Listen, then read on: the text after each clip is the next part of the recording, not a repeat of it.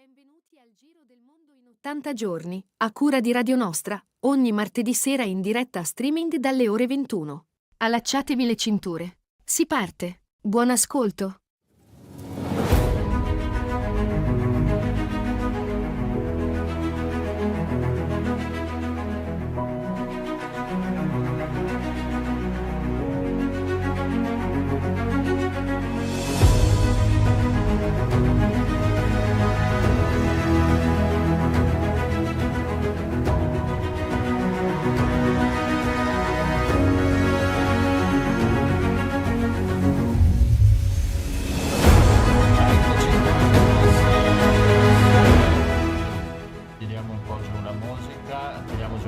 Ma non la nostra mongolfiera che sta veleggiando, stiamo andando verso la Lombardia.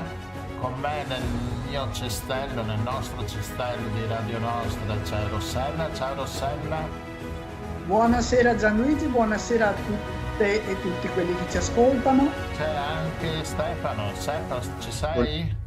Certamente, buonasera a tutti, approfitto per salutare voi e tutti quanti quelli che ascoltano. Bene, allora andiamo subito col primo brano che dura pochissimo, di Matteo Brigo, che è un musicista chitarrista rock che avremo poi come ospite alla fine del nostro programma. Andiamo col primo brano.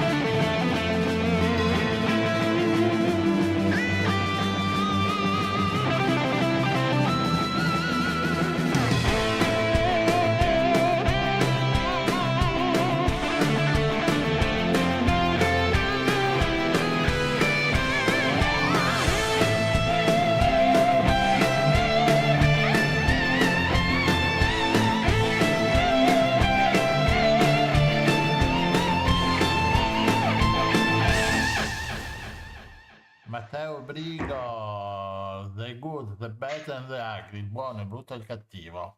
Abbiamo sentito proprio una sua interpretazione. Allora stiamo già veleggiando, si può dire veleggiando con la mongolfiera?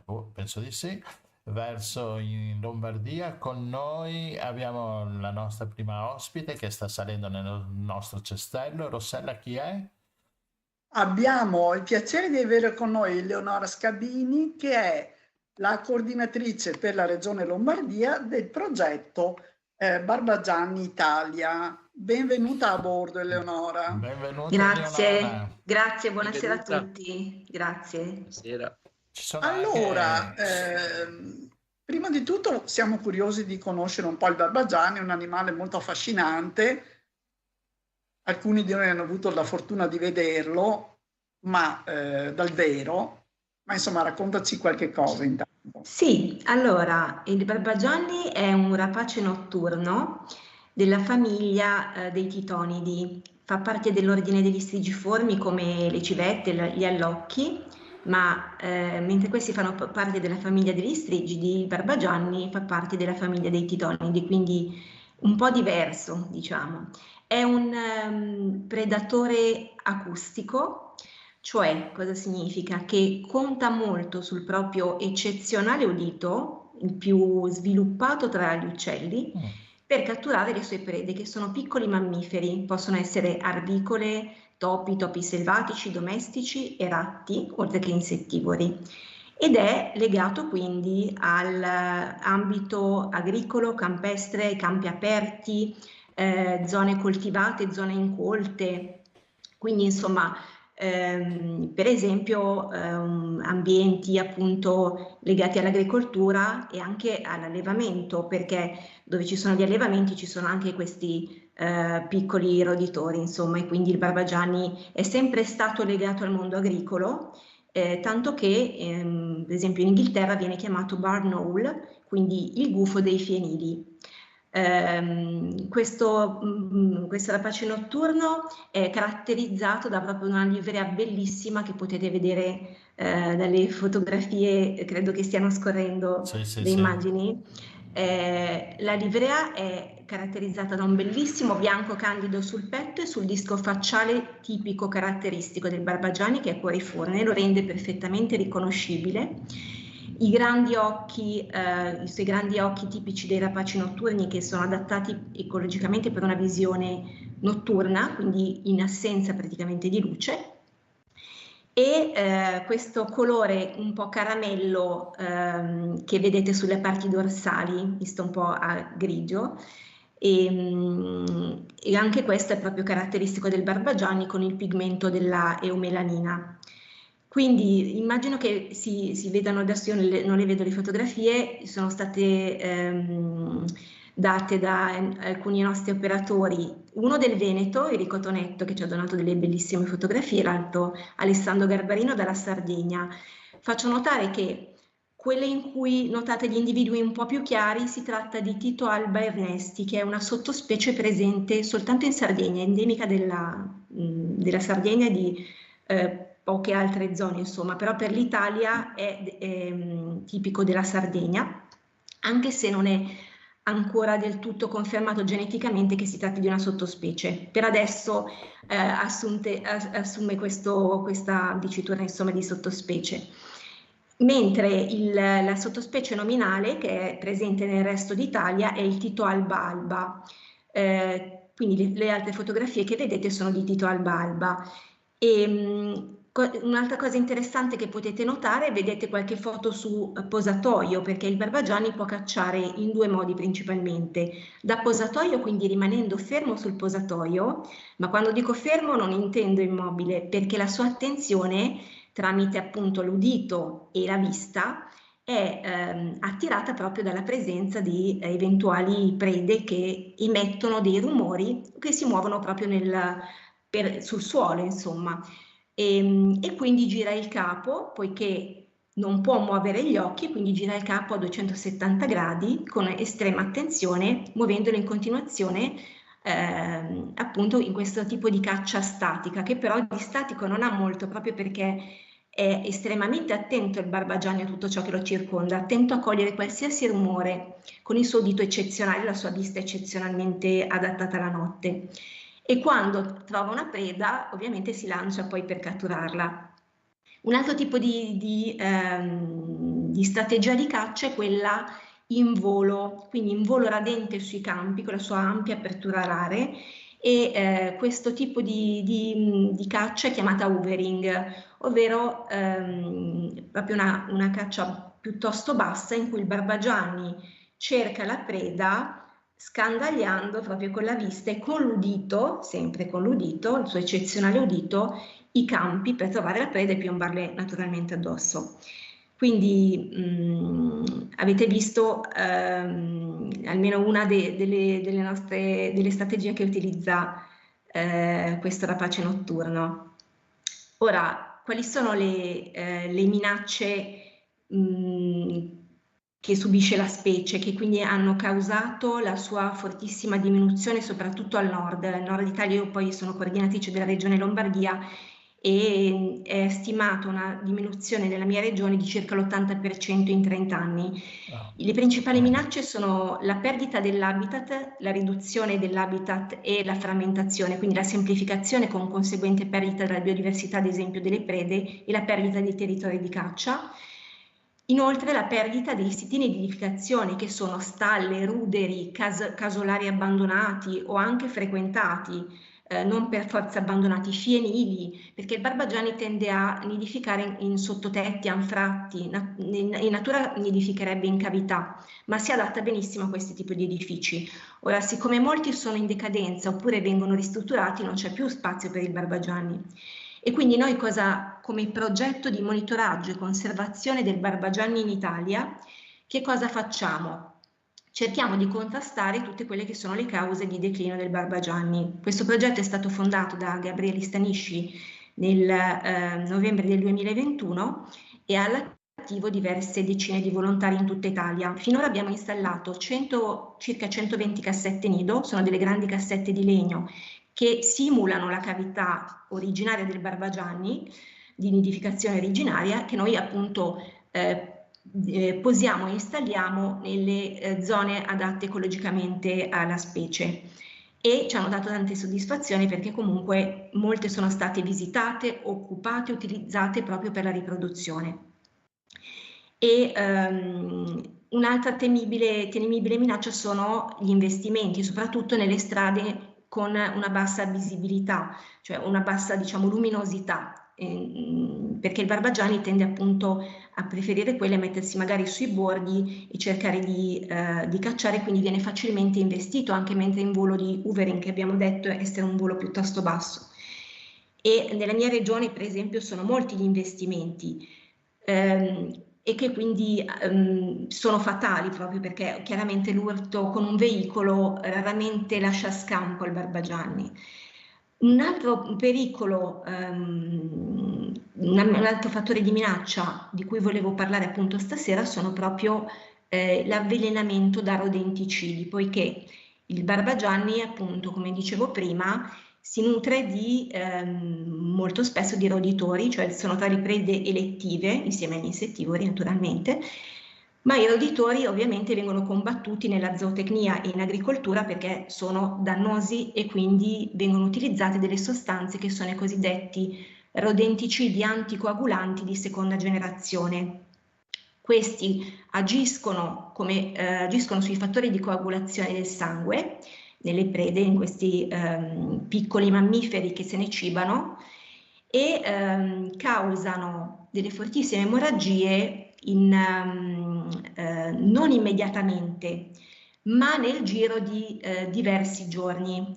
E questo perché? Perché i roditori, specialmente i topi e i ratti, sono neofobici, cioè tendono ad evitare il consumo di risorse trofiche nuove, e quindi cosa fanno? Mandano, diciamo, avanti il topo o il ratto della colonia più anziano, il quale assaggia la risorsa e attendono, per cibarsene completamente, di vedere gli effetti.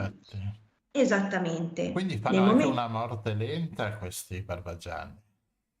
Allora, innanzitutto lo fanno i roditori, esattamente, perché appunto può agire anche fino a 7-14 giorni, questo proprio per, diciamo così, ingannare i propri roditori e costringerli a consumare più esche avvelenate. E poi si bioaccumulano, cioè si accumulano per esempio nel fegato e anche in altri organi, e in questo modo avviene l'avvelenamento secondario. Quindi, come dicevi tu, il barbagianni appunto lentamente, assimilando appunto dopo aver ingerito la preda avvelenata, lentamente vengono rilasciate quelle stesse sostanze e si avvelena secondariamente. Purtroppo noi recentemente abbiamo trovato proprio una coppia in Lazio morta, e certamente noi sappiamo che l'avvelenamento è una delle cause più tremende per i barbagianni, ma trovare addirittura 2 individui, maschio e femmina, proprio nel periodo pre-riproduttivo è stato veramente abbastanza traumatico. Abbiamo fatto fare una autopsia, abbiamo appunto scoperto che si trattava di un avvelenamento e con conseguente emorragia interna proprio da anticoagulanti.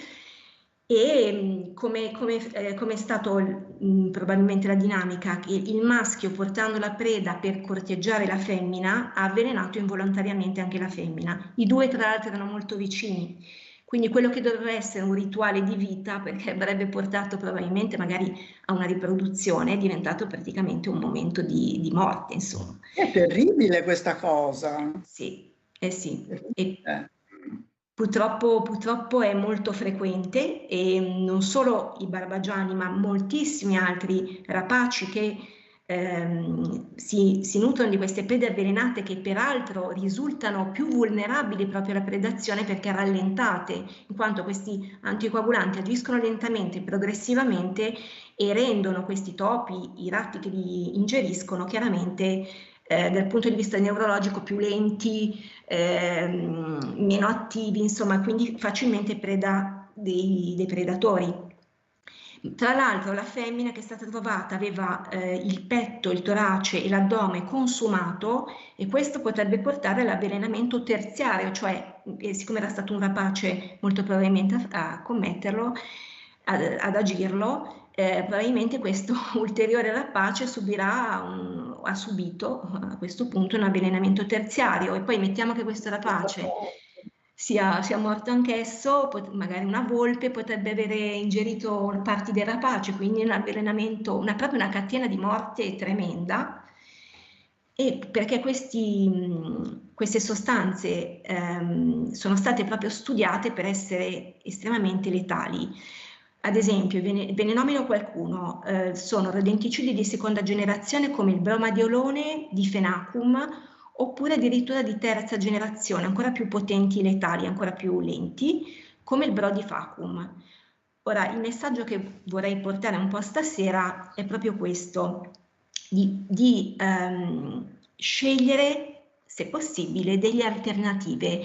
Un'alternativa che diciamo abbiamo conosciuto come progetto di monitoraggio e conservazione dei barbagianni in Italia, perché ci stiamo attivando per conoscere, insomma, delle sostanze che possano comunque essere utilizzate, perché gli agricoltori e gli allevatori sono costretti, cioè sono obbligati per legge ad utilizzarle, ma che sia meno letale, nel senso che non causi avvelenamento secondario. E un esempio di queste sostanze, queste alternative, è il colicalciferolo, il quale non si bioaccumula nei tessuti e quindi non causa avvelenamento per ingestione secondaria. Tenete conto che l'ingestione secondaria, quindi l'avvelenamento secondario, può avvenire anche negli animali domestici, quindi sono soggetti anche cani e gatti. In questo caso questa sostanza non lo provoca e quindi diciamo rimane meno letale anche proprio per il barbagianni e per gli altri rapaci notturni, non solo lui, anche per esempio allocchi ed altri predatori. E volevo anche parlare di una seconda alternativa, che sono i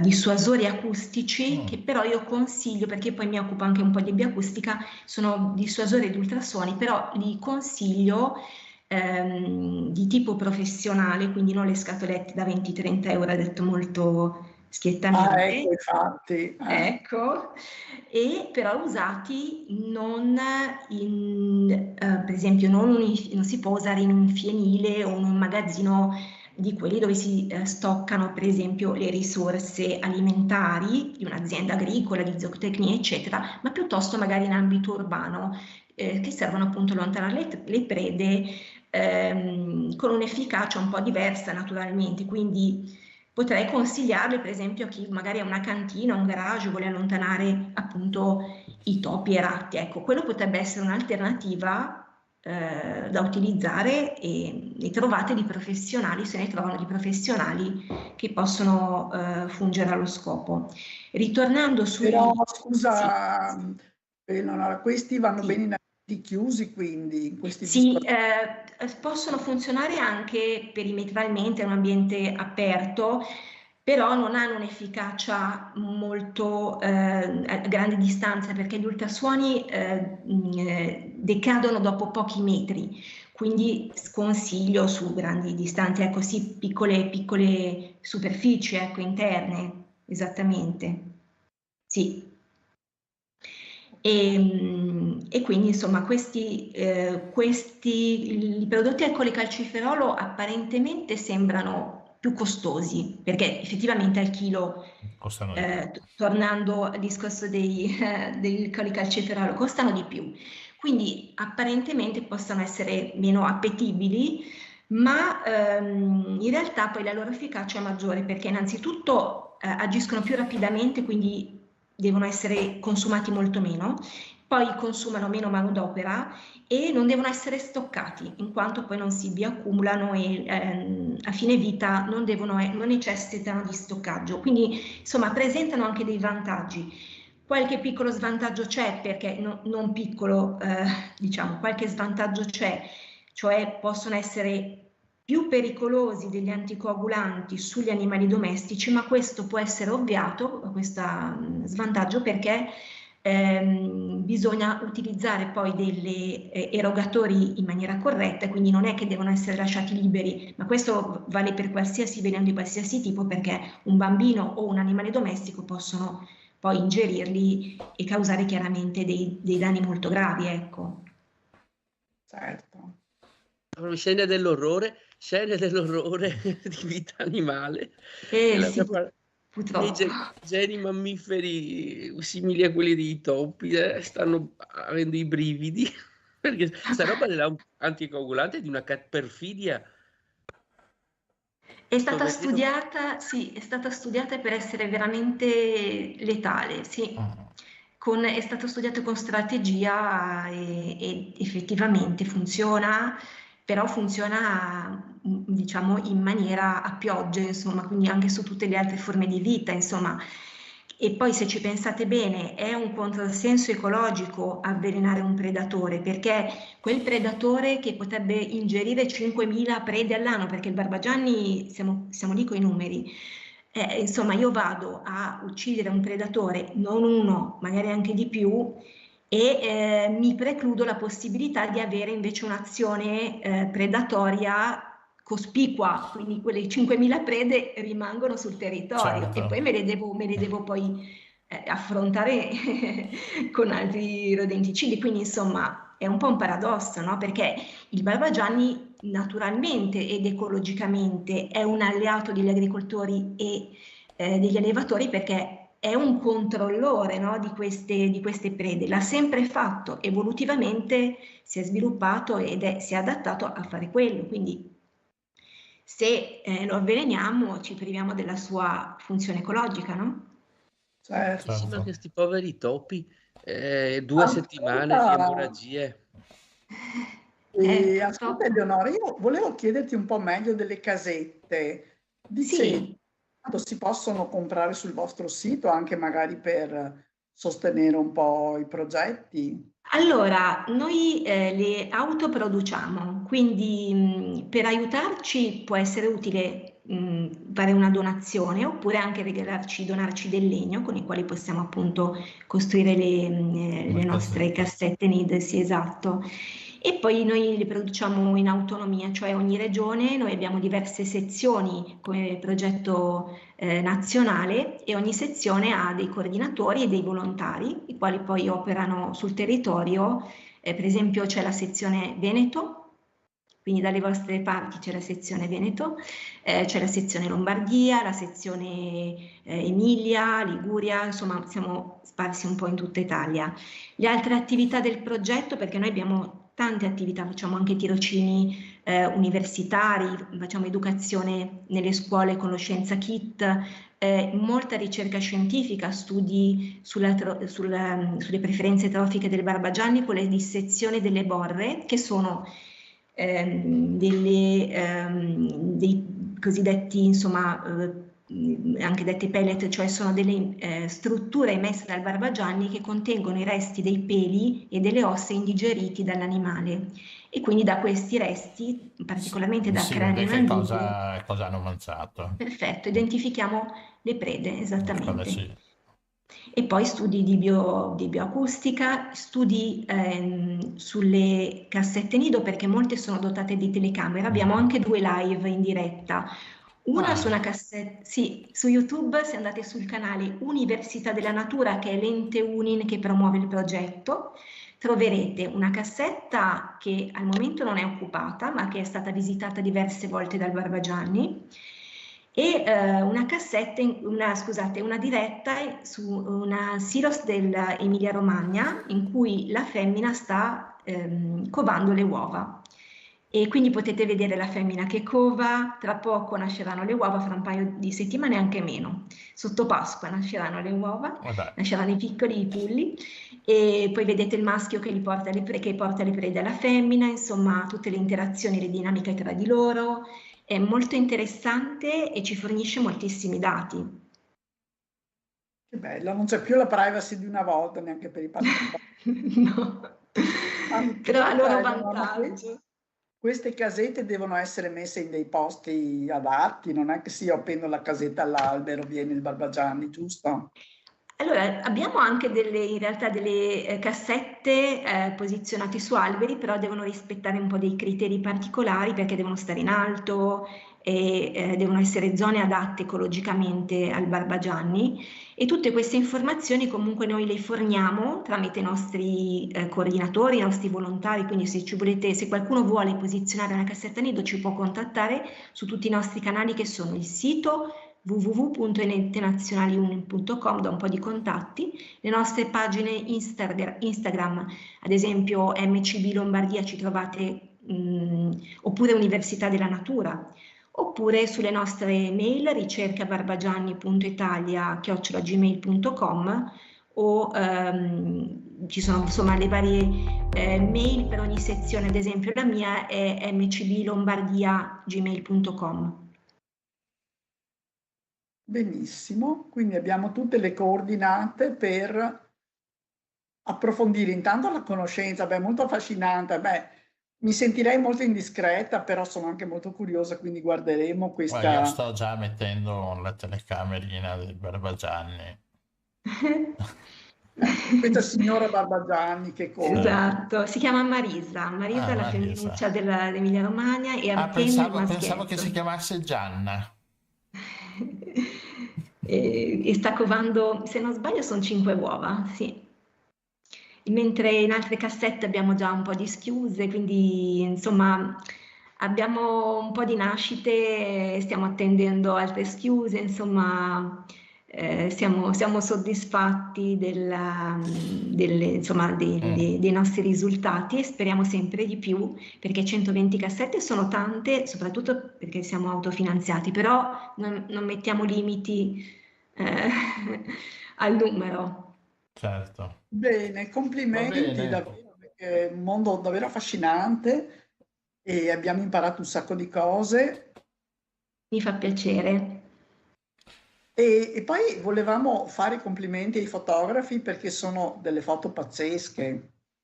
Sono veramente straordinari. Li ripeto i nomi, sono Enrico Tonetto, Alessandro Garbarino, e li ringraziamo tantissimo perché sono foto veramente straordinarie. E tra l'altro mi viene in mente che se avete visto quella foto con i due barbagianni nella cavità, in quella cavità Sì, naturale, ecco, quella...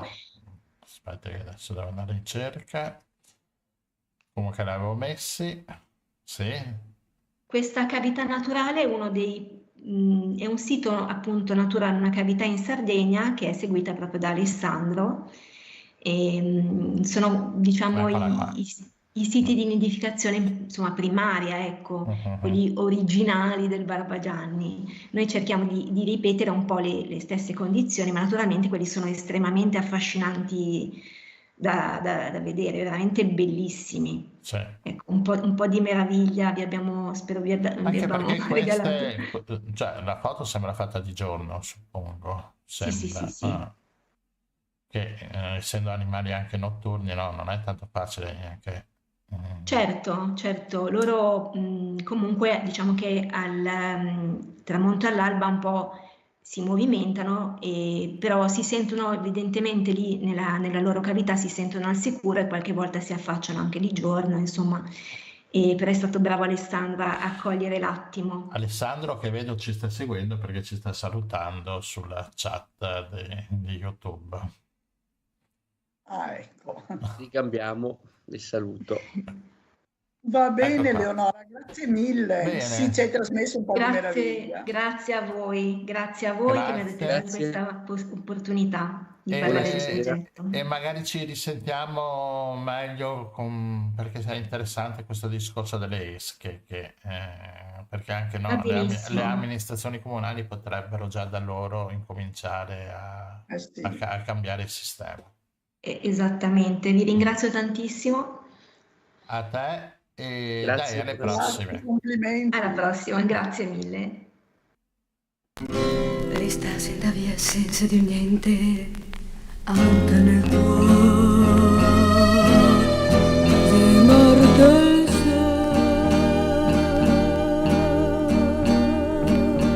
l'inverno nei tocci, è un racconto di giasso scritto da nuvole grigie senza più primavera.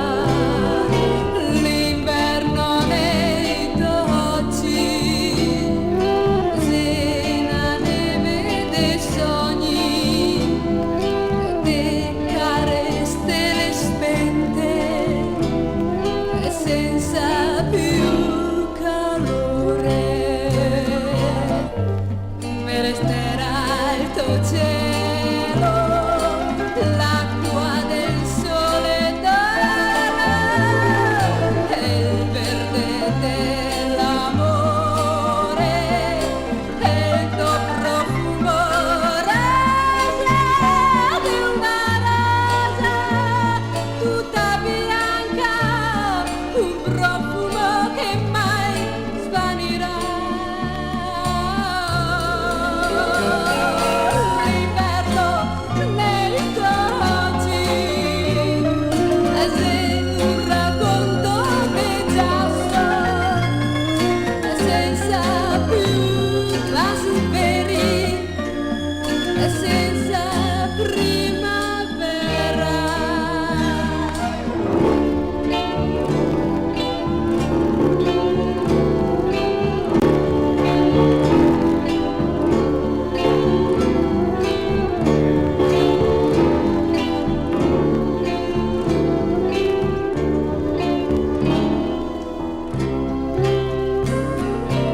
Me resterà il tuo cielo, l'acqua del sole d'ara e il verde dell'amore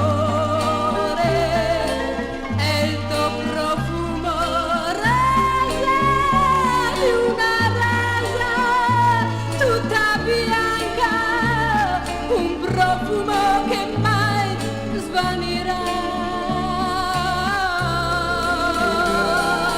L'inverno nei tocci, sei un racconto che giasso, senza più vasi veri e senza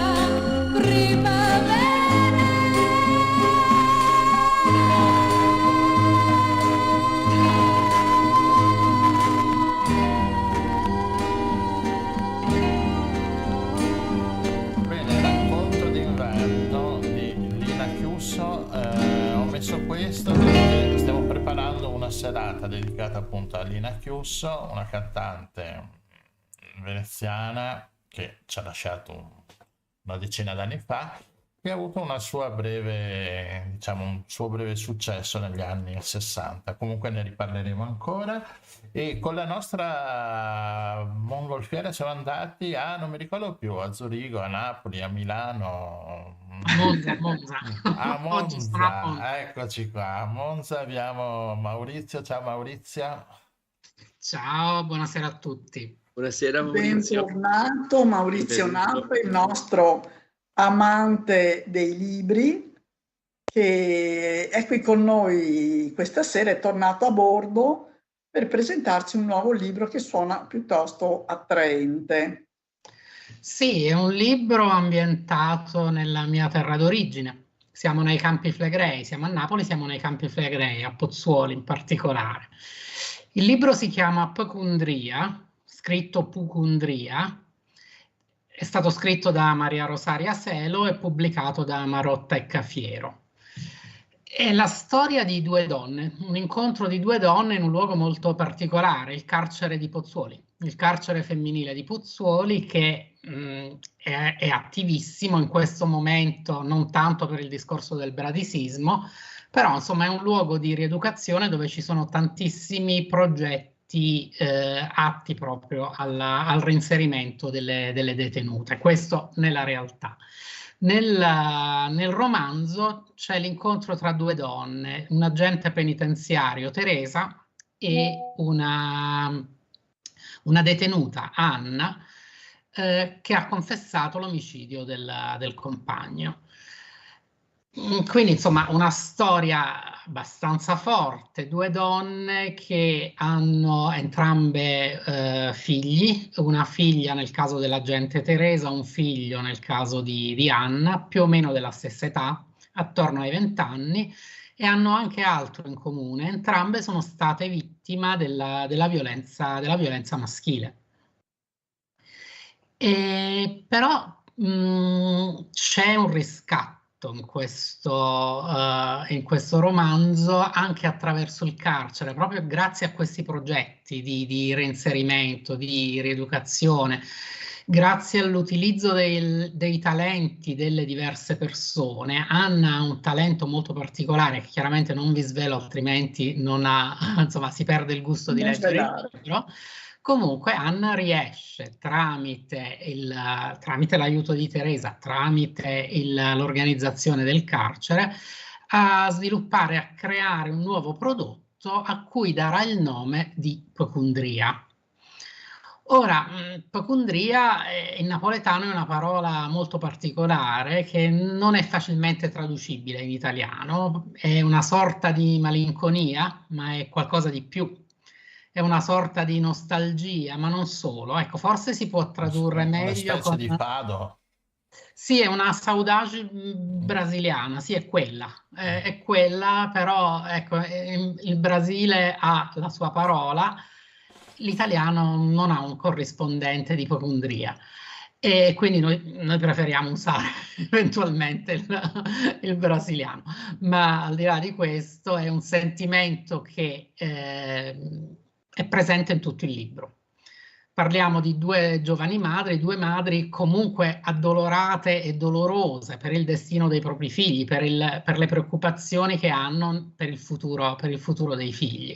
Allo stesso tempo parliamo di due madri determinate a proteggere i figli, a farli crescere nel modo migliore possibile, ma soprattutto lontani dalla violenza che il figlio di Anna ha dovuto in qualche modo subire, se non direttamente ne ha comunque testimoniato, insomma. Quindi ecco, ancora una volta un libro di donne che fa bene leggere anche agli uomini, perché insomma c'è del riscatto, ci sono dei personaggi maschili positivi, ecco, non vorrei che pensaste che fosse tutto negativo, non è così, ci sono dei personaggi positivi, c'è una sorta di mistero all'interno del libro che quindi rende questo romanzo avvincente anche solo per la trama, però c'è questa Pecundria in tutto il romanzo, quindi questo dolore gentile che accompagna le protagoniste e accompagna anche il lettore. E devo dire che l'autrice è stata volontaria nel carcere di Pozzuoli fino a quando appunto questi progetti erano in atto, prima che il bradisismo insomma fermasse un po' una serie di attività, perché insomma le detenute sono state trasferite temporaneamente in altri istituti, chiaramente non tutte nello stesso, e quindi i progetti che erano in corso sono stati per il momento sospesi. L'autrice che è Maria Rosa Selo? Sì, Maria Rosaria Selo, sì. Rosaria, sì. Sì. Lei è stata volontaria al carcere, quindi ha romanzato delle realtà che lei conosce E quindi sì, insomma, c'è anche questo da dire, che la descrizione del carcere, delle attività, della vita quotidiana del carcere è assolutamente verosimile. E la narrazione, Maurizio, è dal punto di vista della detenuta, È dal punto di vista di Teresa, dell'agente penitenziaria. della gente. Sì, sì, sì, sì. Quindi sì, un libro un po' particolare. Riesce a far sorridere qualche volta o è tutto quanto triste? Riesce anche a far sorridere, ma come dicevo è un dolore gentile, è una ipocondria, non è drammatico, la ipocondria è un'altra cosa, quindi forse leggendolo, insomma, vi trasmette un po' di quello stato d'animo lì. Che credo sia anche un po' quello che pervade un po' anche proprio la cultura, no, napoletana. Beh sì, se pensiamo a Pino Daniele, alla musica, insomma di ipocondria ce n'è tanta, no? I ritmi blues, sì, sicuramente. Va bene, Bene. Maurizio, sempre molto puntuale con i tuoi racconti e sempre stimolante naturalmente. Grazie. Grazie a voi. Ecco, ci apre poi un mondo che andrebbe ogni tanto, bisognerebbe anche ricordarsi che esiste il carcere. Okay. Sì. E siamo già, non ricordo quanti suicidi dall'inizio dell'anno, quindi è un mondo un po' trascurato e poi anche quando si dà notizia di questi suicidi è un trafiletto quando va bene, insomma, quindi sì. ricordarsi che esistono anche delle persone che magari anche per merito loro, però insomma sono in una condizione particolare. Infatti sono persone, l'hai detto, ricordiamoci che sono comunque persone. Va bene, Maurizio, alla grazie prossima. mille, alla Grazie a prossima, voi. grazie. Alla prossima, ciao. Saluti.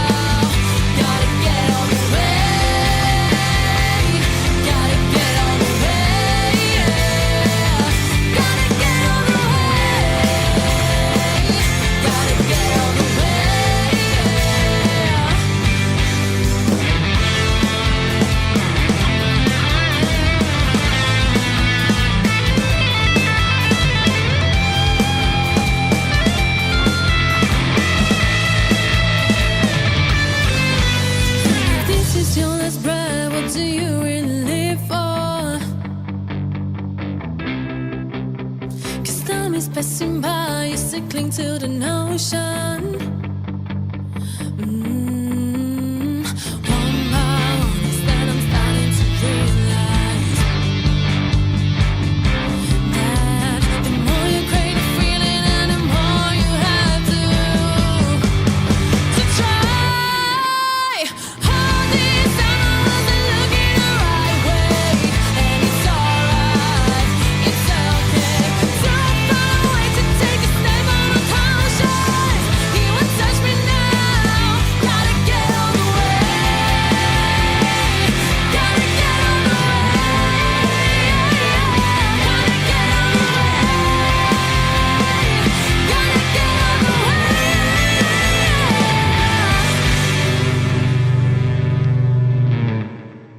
La Everlast All the Way qui con noi, li abbiamo sentiti un paio di puntate fa e ora con la nostra mongolfiere siamo andati abbastanza molto a ovest. Abbiamo passato anche il Golfo del Messico, no? Si chiama ancora così il Golfo del Messico, e siamo collegati con Città del Messico con Andrea Cegna. Ciao Andrea. Un saluto a tutte e a tutti. Benvenuto Andrea. Oh, benvenuto a bordo. Grazie. Allora, con Andrea parliamo lo stesso ancora di animali. Abbiamo parlato del barbagianni, adesso parliamo di un animale un po' più grosso, perché a Città del Messico, da quanto abbiamo capito, hanno vietato ormai la corrida con l'uccisione del toro, giusto? Sì, questa avreste dovuto mettere solo canzoni dei Pancras, visto che parlavate del Barbagianni e del toro, che le avevano tutte.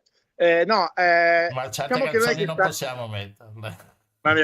È stata allora, non è stata del tutto vietata, nel senso c'è una legge che dice in discussione che proposta dalla governatrice di Città del Messico e che vale quindi solo sulla capitale, perché Città del Messico è considerato uno stato federale per la dimensione che ha, è una proposta per cui le corride possono continuare a esserci, però senza l'uccisione né violenza sul toro.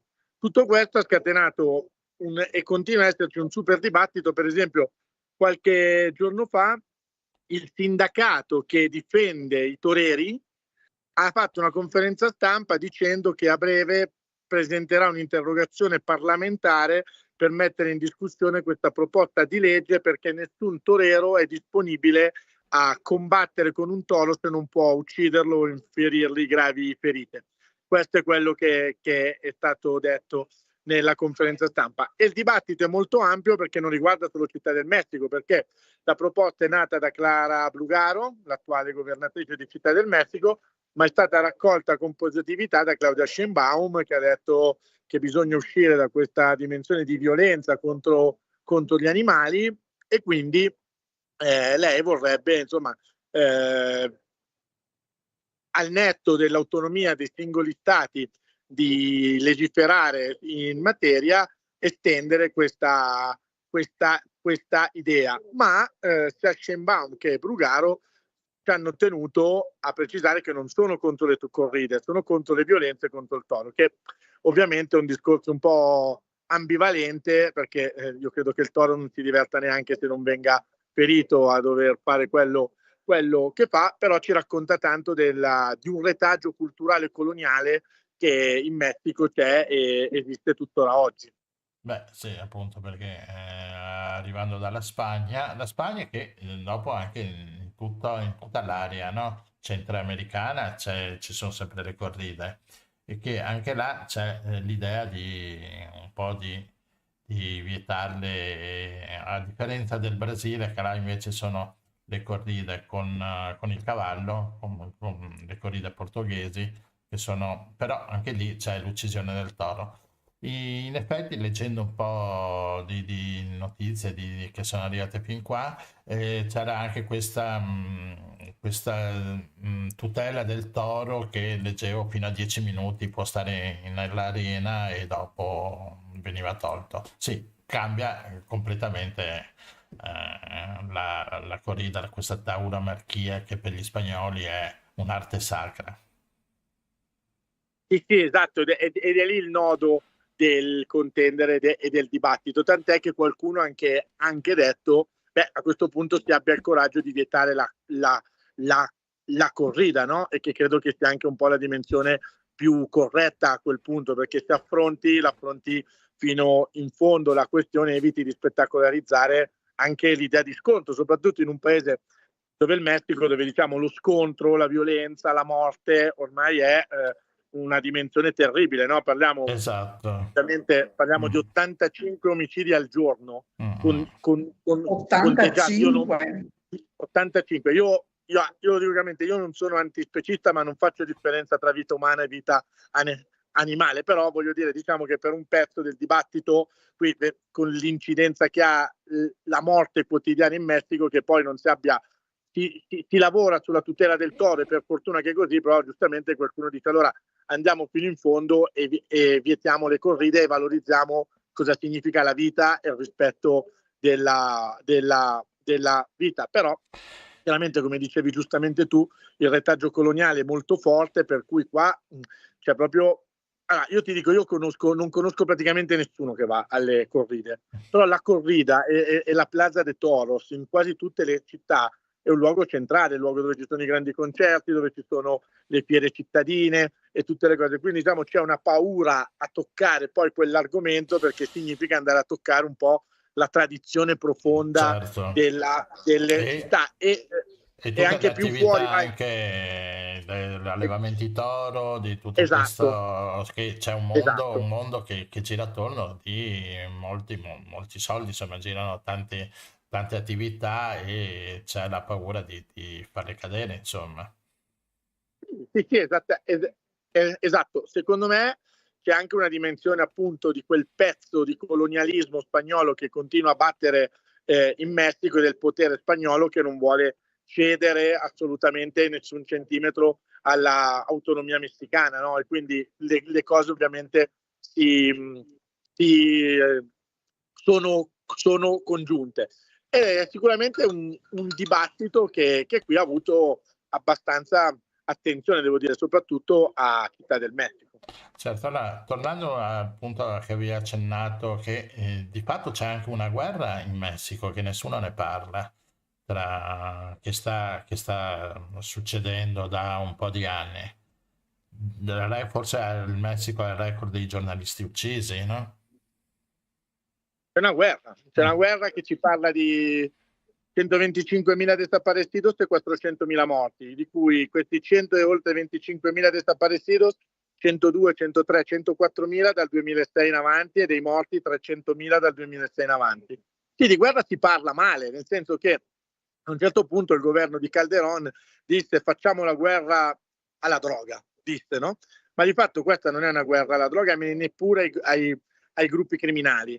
È una guerra che io definisco così capitalista per il controllo del territorio, nel senso che ci sono degli atti congiunti che tristemente uniscono economie legali, economie illegali, i gruppi criminali e parti sempre più cospicue e ampie delle istituzioni, che va dall'esercito alla polizia, alla politica, alla fiscalia, che di fatto generando con la violenza delle situazioni di caos e speciali riescono a imporre lo sfruttamento del territorio. In questi ultimi 19 anni tutti quei grandi megaprogetti infrastrutturali, estrattivi, turistici che erano stati bloccati dalle proposte popolari sono stati sviluppati, perché in quei luoghi dove c'erano prima le proposte popolari c'è stato uno sfollamento delle popolazioni legate alla presenza dei gruppi criminali, no?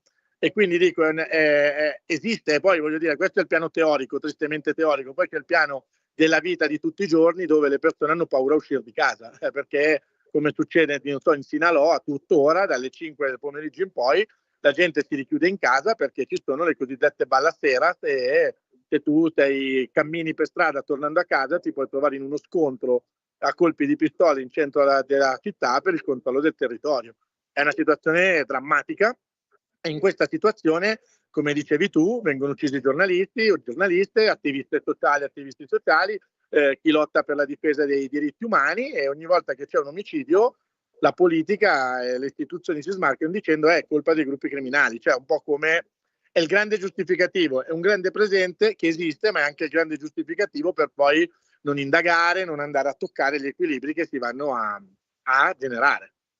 Beh, cioè, con 85 omicidi al giorno lo dicono in ogni momento sto discorso, perché effettivamente non è Sì. neanche facile intervenire. Però, certo non è facile intervenire, però ci sono, c'è un caso emblematico, no? Che è quello che poi ha un po' scoperchiato anche la narrativa sul crimine organizzato e i rapporti convulsi, che è quello dei 43 studenti desaparecidos di Ayotzinapa, Esatto. no? Cioè, in quel caso lì è stato conclamato che l'azione è stata gestita a tavolino congiuntamente tra la polizia, il sindaco della città e i gruppi criminali. C'è stata un'azione per punire gli studenti della scuola normale rurale Isidro Burgos di Ayotzinapa. All'interno della scuola Isidro Burgos di Ayotzinapa c'erano 2 infiltrati dell'esercito e uno dei 43 desaparecidos è un infiltrato dell'esercito, di cui non si sa più niente. Si sa benissimo che questi ragazzi sono stati, quindi l'esercito sapeva in tempo reale cosa stava accadendo a questa persona, non c'è stato nessun intervento, e in più si è saputo che la scena del crimine, ovvero dove i ragazzi sarebbero stati bruciati, come è stato raccontato dalla Verità Storica, è stata manomessa dalla Procura Generale della Repubblica, con in presenza il Procuratore Generale della Repubblica, che ha costruito la scena a tavoline. Quindi è una cosa che coinvolge tutto lo Stato, in cui gruppi criminali, forze di polizia, fiscalia e le alte cariche a livello federale e nazionale sapevano cosa stava succedendo, e non è perché bisognava dare una lezione a questi gruppi ribelli, no? Quindi, per dire, questo ci racconta la drammaticità di una convergenza su cui, un po' per paura, un po' perché il livello ormai di commissione, cioè come un gomitolo di lana, quando una connivenza sbrogliabile, la situazione è questa. Ma dove più ti allontani, adesso io non sono assolutamente fan di Andrés Manuel López Obrador né di Claudia Sheinbaum, però non penso che siano dei criminali. Il problema è che più ti allontani da quei palazzi, da quelli federali, e più entri dentro diciamo, i luoghi locali, più è un groviglio che non riesci a sbrogliare. Quindi, e dall'altra parte, una cosa che dico, la guerra, c'è una guerra in corso, ma come rispondi a questa guerra? Perché scontrarsi davvero con questo tipo di cose vuol dire portare la guerra a un livello ancora più alto, dove la popolazione dovrebbe accettare di avere uno scontro totale, permanente, ammesso che tu hai le forze con cui farlo. Però dico, è una situazione io che la vivo, la seguo da anni, è davvero difficile. Cioè, bisognerebbe prima di tutto iniziare una cultura di altro mondo, e anche risolvere delle questioni economiche, perché in alcune zone del paese il crimine organizzato diventa la forza che garantisce alle persone di mangiare tutti i giorni, perché c'è l'assenza dello Stato. Nei vuoti dello Stato si generano questo tipo di poi presenze grigie, no? Ricorda qualcosa? Però effettivamente uno Sì. dice, non so neanche se posso chiamare l'esercito, perché non sai da che parte. Forse sarebbe da fare rotazioni di esercito, cioè mandare in una regione militari. Guarda, che sono di un'altra regione. Però ti dico, il 5 marzo in Jalisco, a un'ora da Guadalajara, seconda città del Messico, è stato trovato un campo di sterminio con dei forni crematori. Proprio. Aspetta, a settembre, la Guardia Nazionale con corpo speciale si è scontrata con i gruppi criminali in questo posto, e all'interno non ha visto i forni crematori, ma ha trovato 10 persone con armi a uso esclusivo dell'esercito messicano. Quindi c'è una commissione talmente profonda, e nonostante questo ritrovamento, la Procura Generale sia di Jalisco che federali non ha aperto un'indagine, dove trovi delle persone armate con quindi è una commissione talmente forte che è proprio una dimensione in primis culturale, in cui dovrebbe essere un rifiuto di una quotidianità che è diventata ormai la cultura dominante in questo paese. Infatti, Andrea, magari, siccome è un argomento gigantesco, facciamo un altro incontro. Quello che su cui stavo riflettendo adesso mentre parlavi è quanto la violenza diventa una cosa normale. Cioè, di fronte a 85 omicidi al giorno, Sì, credo che poi c'è un po' di assuefazione o comunque o di paura o di tutte queste cose e anche Guarda, tante altre, insomma, quindi io faccio avanti e indietro un secondo, faccio avanti e indietro dal Messico dal 2003. Quando sono arrivato la prima volta ti aprivano le porte di casa. Oggi c'è paura anche a guardarti in faccia e di fatto ormai ti uccide per qualche peso. Cioè, Sì, ormai sì, sì. anche perché c'è il 90 e oltre per cento degli omicidi sono impuniti e quella percentuale che è punita molto spesso è punita per convenzione. Per esempio a ottobre è stato ammazzato in Ciapata, a 400 metri da casa mia, a San Cristobal, padre Marcello, diciamo un dongallo locale. 4 giorni dopo è stato arrestato una persona che chiaramente qualunque di San Cristobal, un povero che non si può difendere, per consegnare all'opinione pubblica che era stato arrestato qualcuno. Cioè, quindi uno sa che se ammazza in una certa maniera non viene neanche di fatto trovato. vabbè, c'è dei piccoli molto fosco. Noi siamo contenti che i tori forse se la passeranno un po' meglio, però mi sembra che ci sia un altro po' di lavoro da fare. Va bene. Grazie mille, io sono a Grazie. disposizione. Quando volete a disposizione. Grazie Grazie mille, Andrea, molto Andrea. interessante quello che ci hai Grazie. raccontato. Grazie. Buona giornata. Ciao, buona Alla giornata a prossima, te. ciao. Ciao. A voi.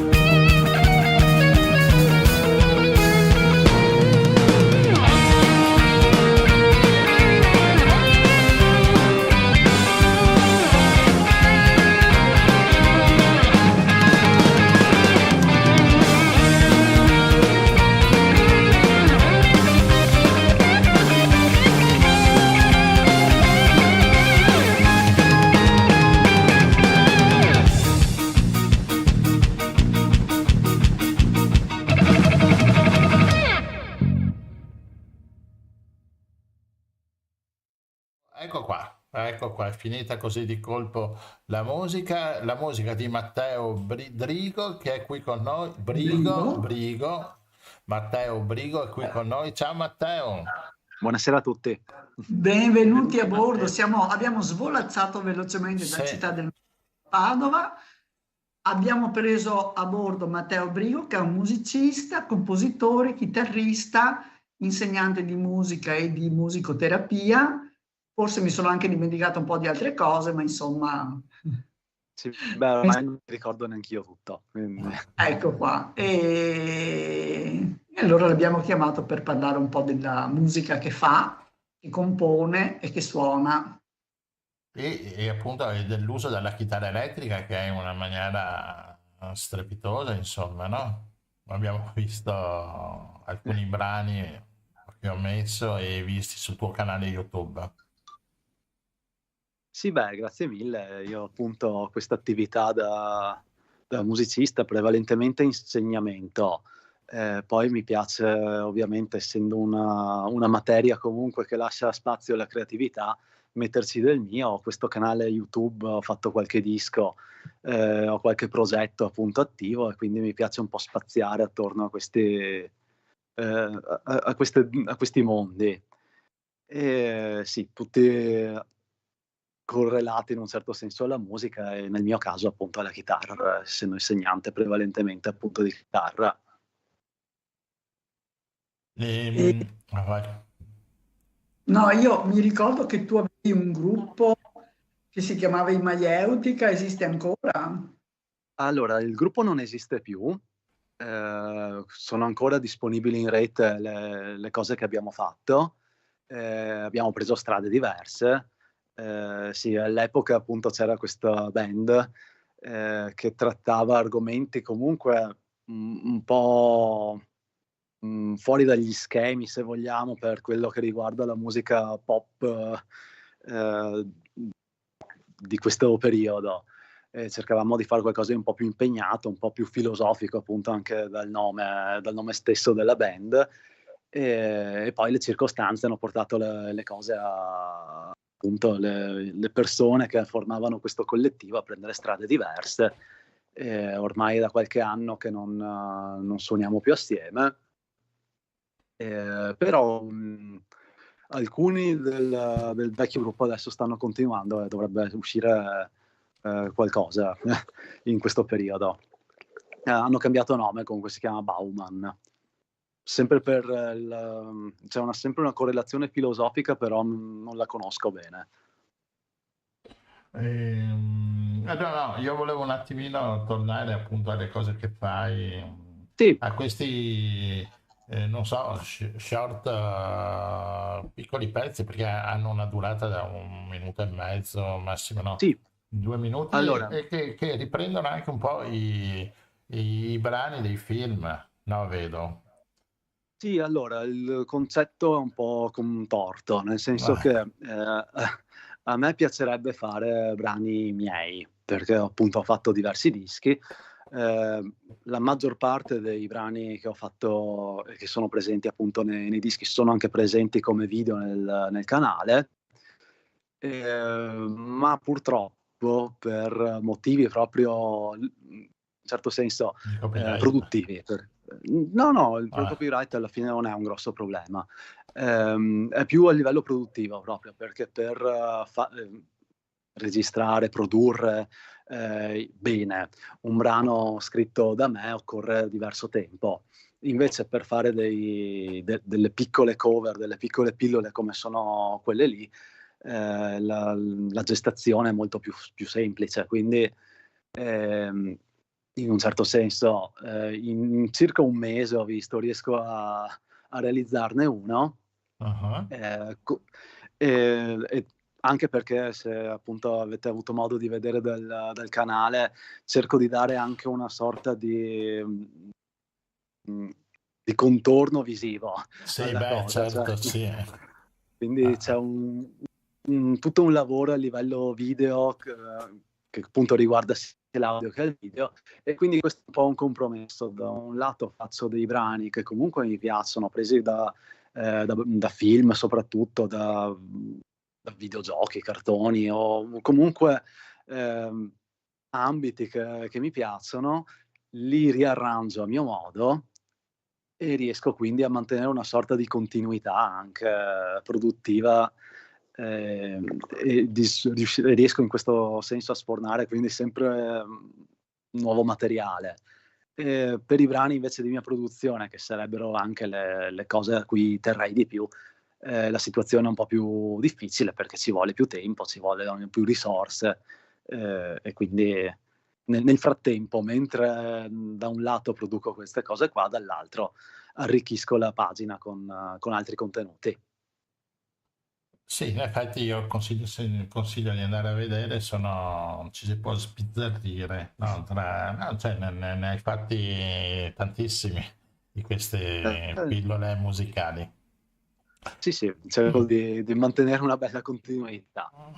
Ascolta, l'uso della chitarra elettrica, ovviamente parliamo anche dello strumento della chitarra elettrica, noi ogni tanto parliamo anche proprio degli strumenti musicali.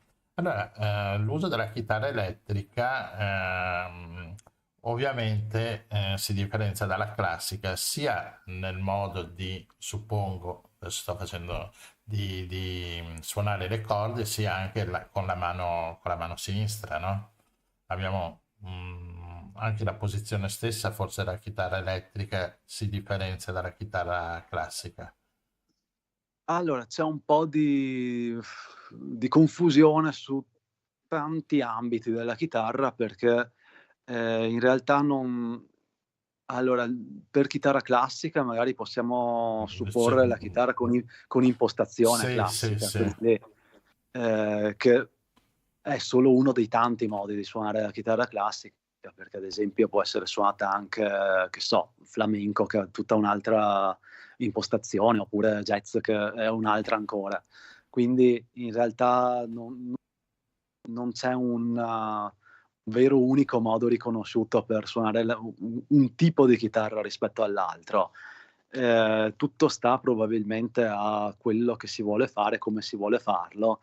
Poi ovviamente ci sono le differenze fisiche, perché abbiamo un tipo di materiale diverso, un tipo di suono diverso, dovuto anche al fatto che una è elettrificata appunto e l'altra no, ma anche appunto le corde hanno ad esempio nell'elettrica sono di metallo e nell'acustica anche, che è una via di mezzo tra classica ed elettrica, se vogliamo, sotto questo aspetto. Mentre quella classica appunto a corde di nylon sono anche fisicamente due strumenti piuttosto diversi, perché le corde di una chitarra classica sono separate abbastanza più alte rispetto al manico. Il manico è molto più grosso, hanno una risposta completamente diversa al tocco, e quindi sì, ci sono delle differenze, ma sotto sotto possono essere suonate entrambe allo stesso modo. Una volta appunto colmate queste piccole differenze, le note, le corde corrispondono in entrambe, quindi sono due strumenti per certi versi anche compatibili. Ascolta, adesso con la musica elettrica, appunto elettronica, la chitarra elettrica si trasforma anche in altri strumenti, no? Con tutte queste pedaliere, con tutti questi nuovi strumenti che si usa. Sì, beh, questi ultimi anni, facciamo gli ultimi 10 anni se vogliamo, c'è stato un boom vero e proprio di nuovi strumenti di amplificazione che comunque che con l'avvento del digitale hanno potuto essere molto più performanti e molto più fedeli anche a sonorità che prima erano possibili solo con strumenti analogici o valvolari a transistor o comunque vecchi tipi di li chiamo vecchi, però sono i classici tipi di amplificatore che ci sono stati fino ad ora. E questo tipo di nuove tecnologie permettono anche sonorità diverse rispetto al passato. È un mondo ancora tutto da scoprire, relativamente nuovo, perché La chitarra è uno strumento molto conservatore per certi versi, perché si tende sempre a replicare sonorità che appartengono al passato. Più o meno anni 70 e 80 sono ancora i punti di riferimento per il suono proprio della chitarra, per come lo conosciamo e per come è considerato quello, tra virgolette, bello. Però c'è tutto quanto un mondo che effettivamente adesso queste tecnologie possono permettere di esplorare. In pochi Quindi, lo fanno appunto per questo tipo di ancoraggio quindi uno potrebbe suonare la chitarra con la sonorità del clavicembalo. secondo me è ancora un po' presto per questo tipo Ah, di... ecco. Sempre 6 Ci corde la sono, chitarra. allora, 6 corde, solitamente sì. Poi ce ne sono anche alcuni modelli che possono averne 7, ultimamente anche 8, però sono tutte chitarre utilizzate per generi molto di nicchia, perché creano dei suoni che sono più vicini magari, se vogliamo, a strumenti come il basso, e quindi non sono proprio canonici, ecco. Però sì, solitamente la chitarra ne avrebbe 6. Sono quelle più sperimentali ad averne di più. Di 8. E quindi la sonorità non è ancora buona per strumenti. Allora, ci sono delle chitarre che sono magari solamente dei tramite, se vogliamo, tra computer e il computer poi è il software, se vogliamo, ecco, quello che Certo. crea il suono, ad esempio di clavicembalo o di qualsiasi altro strumento vogliamo replicare l'effetto. Però quel tipo di chitarre là non sono ancora suonabili in una maniera, se vogliamo, fedele, compatibile a un tipo di chitarra standard. Quindi sono ancora dei prototipi imperfetti quelli là. E le chitarre invece che possono replicare altri strumenti potrebbero essere magari strumenti a corda, più il violino magari. Se si smanetta un pochino con queste tecnologie si potrebbe riuscire ad ottenere sonorità simili, oppure sì, quelle degli archi, magari qualcosa più simile all'organo, però appunto Sì, sono perché tutte... effettivamente sono state le insomma c'era la pianola lì, Sì, che uno cambiava e metteva tutte le altre sonorità che però esatto. non ne ho mai sentite di straordinarie. No, adesso si trovano anche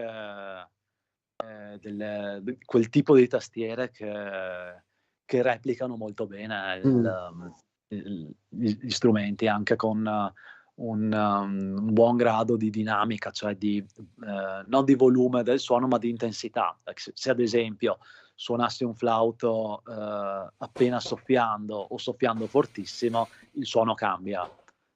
O se pizzico la corda di un violino, la strofino leggermente o forte, cambia il suono anche a livello di intensità. E adesso le nuove tecnologie permettono questo tipo di fedeltà. E lo E si vuol quindi fare Invece anche per la volevo... chitarra. Ah, scusa Stefano, vai. No, dico solo, e lo si vuol fare adesso anche per la chitarra. Cioè, uno suona la non chitarra. ancora a questi livelli, però Sì. ci si arriverà, secondo me. L'idea è quella. Grazie. No, io invece volevo chiedere a Matteo, per le tue composizioni, quelle alle quali tieni di più, diciamo, hai delle fonti di ispirazione e hai dei maestri che riconosci, anche se magari hanno fatto, diciamo, una musica molto diversa, che però in qualche modo riconosci come maestri, appunto. Questa è una domanda difficile, perché se ne dico uno poi mi pentirò per tutta la settimana di averne tralasciati altri. Allora, ci sono tante fonti di ispirazione, ci sono anche delle fonti negative, se vogliamo, di ispirazione. Nel senso, non voglio fare quel tipo di cosa là. Quindi Ah, ok. Non Se so perché mi vogliamo, è già venuto in mente un nome, però non lo facciamo. no, non facciamo nomi che magari gli altri si rimangono male.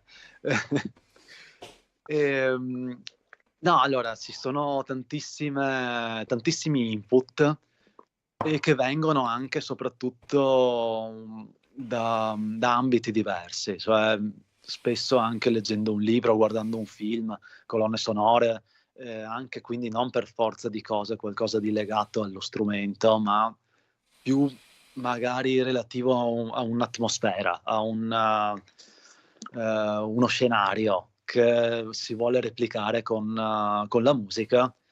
Poi in questo caso lo strumento mio è la chitarra, ma anche se un pochino faccio pure altro,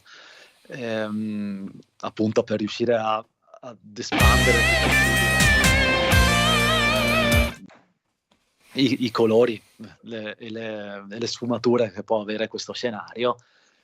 Ed è questa secondo me la cosa più interessante, quindi non tanto focalizzarsi sullo strumento, sul genere, sulla composizione singola, ma sul veicolare una storia, una sensazione, un qualcosa che altre forme d'espressione possono fare in un modo, letteratura, cinema, musica, e farlo a modo mio in questo caso. Allora, per tornare ai maestri, Sì, senza sono stato super partes, ho cercato però ci sono dei periodi di qualche decennio fa, più o meno recente, che ti hanno particolarmente così ispirato o comunque interessato, coinvolto? Ok, sì, allora sì, allora vediamo. Io il mio, possiamo dire, il mio appartenere a una scena, se vogliamo, chitarristica potrebbe essere più inquadrabile in quella del chitarra rock, hard rock anni 80, che ha tutta una serie di personaggi, di cultura, se vogliamo,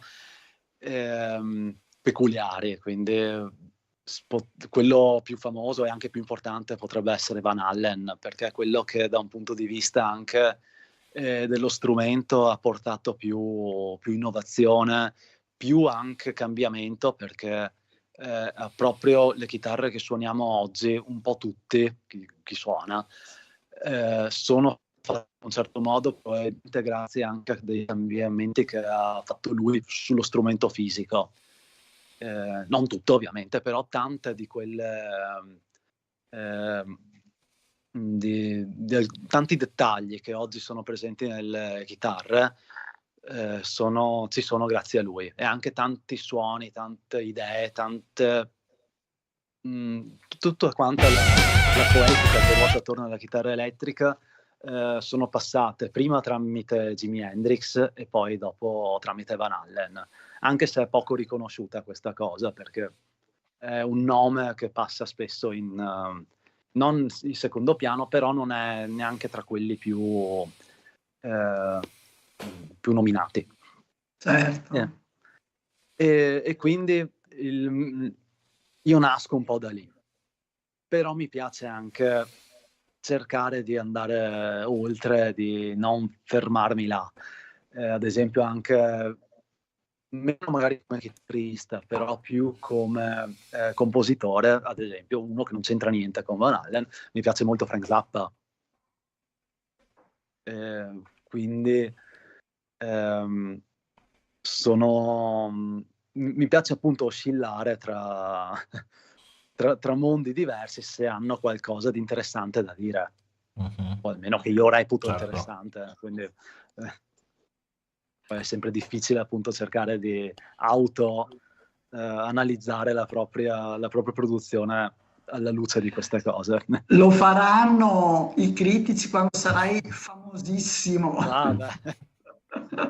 Ma adesso è un periodo in cui è difficile riuscire ad ottenere risultati con certi tipi di musica, quindi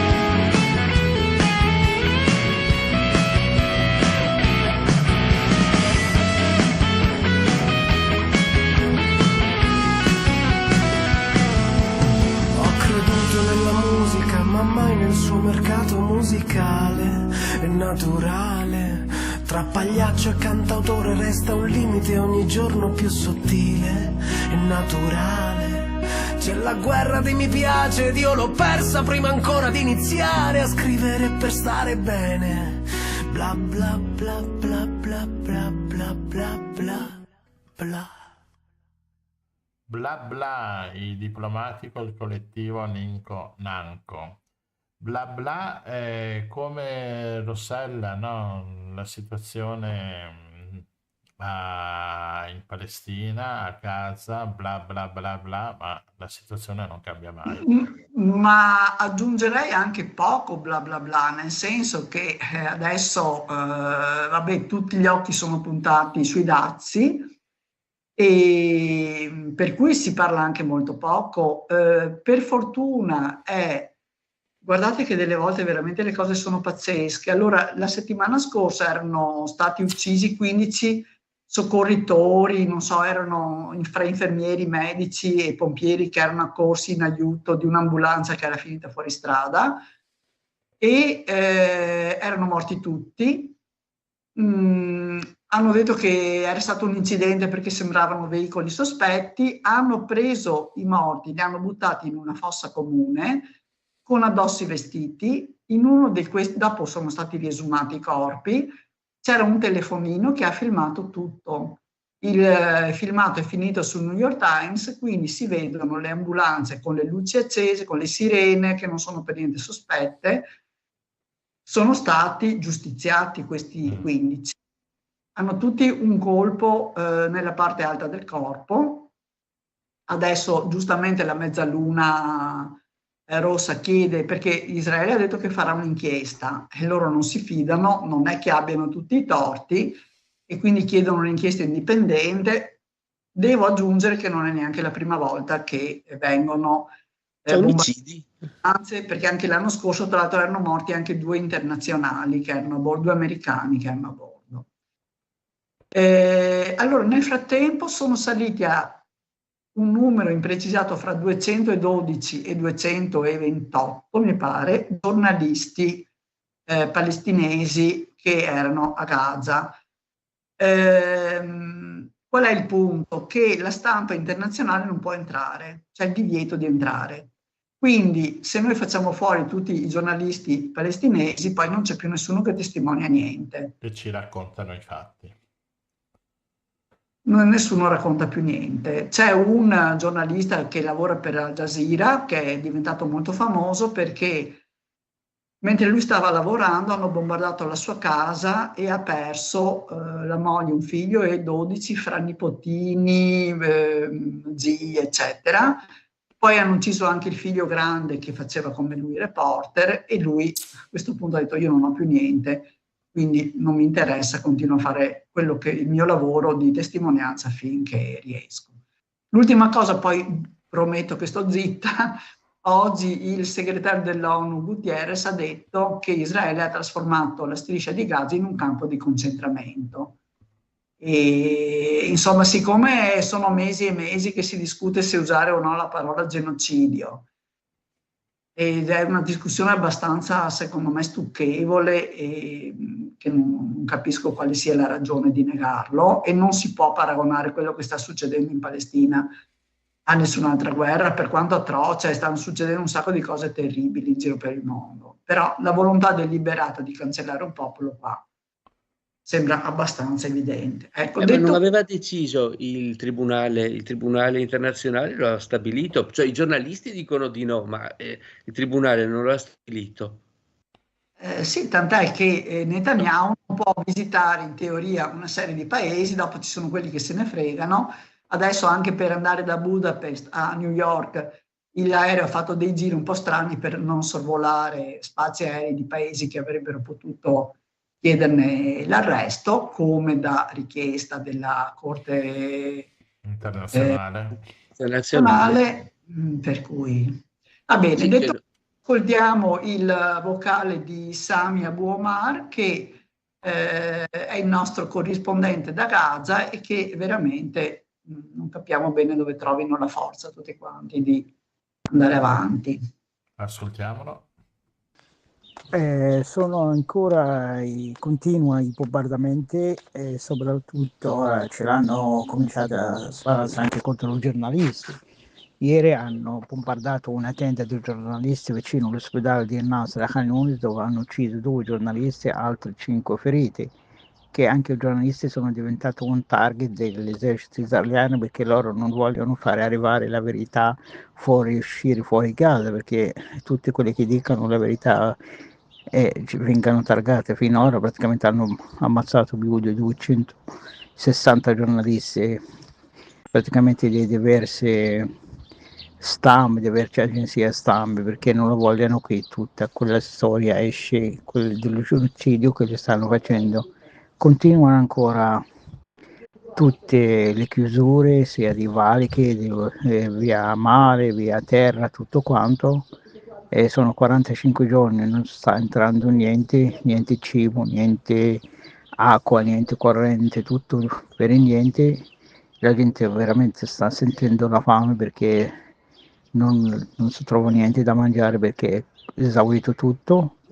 Ci sono anche le cucine che davano una mano alla gente, che sono state anche quelle, sono bombardate, dove danno pasti caldi, e ci sono ora fermate tante cucine che prima davano alla gente sfollata da mangiare perché non ci mancano ancora il cibo, manca gli elementi per cucinare. Sono stati chiusi tutti i panifici che erano praticamente supportati dal World Food Program, perché non c'è più la farina, non c'è più carburante a dare a questi panifici. Situazione sempre più grave, dentro Gaza City non si trova l'acqua perché Israele ha tolto l'acqua, anche che quella già tappato l'acqua non ci arrivano più, si sente praticamente che la gente ha sete e fame. È una situazione molto pesante, ci sentiamo praticamente dalla stanchezza di tutto, di mancanza di cibo, mancanza di acqua, poi un casino di spostarsi perché il carburante non c'è più, non entra, i prezzi del carburante sono alzati alle stelle e non si camminano più le macchine per andare da Oswald, altri devi fare a piedi, oppure da un carrello che è tirato di asine. Anche quegli asini non trovano da mangiare niente perché Israele ha vietato anche entrare i mangimi per gli animali, sia l'animale che le persone e gli umani sentono la fame per questo genocidio che contro di tutte, contro persone, contro animali, contro alberi, contro l'ambiente, contro tutte. Questa è la situazione che si trova ora a Gaza.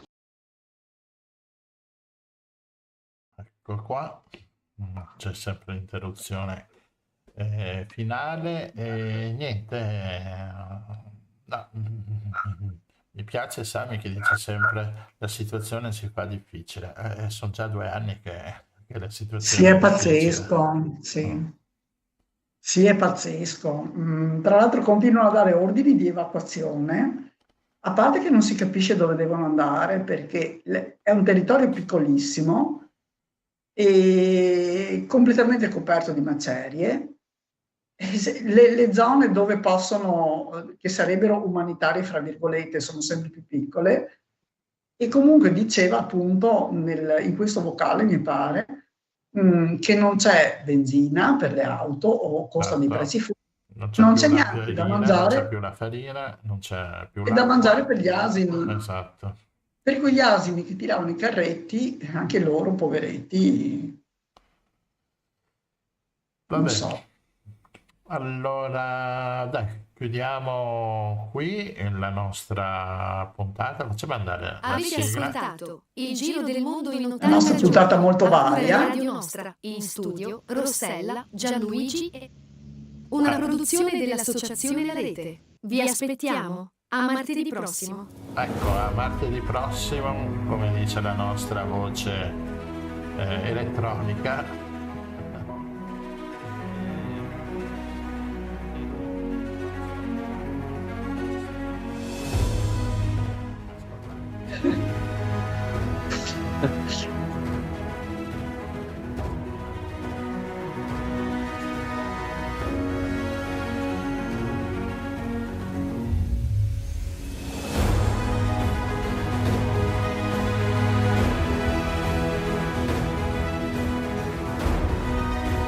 Possiamo fare gli anelli, possibilmente.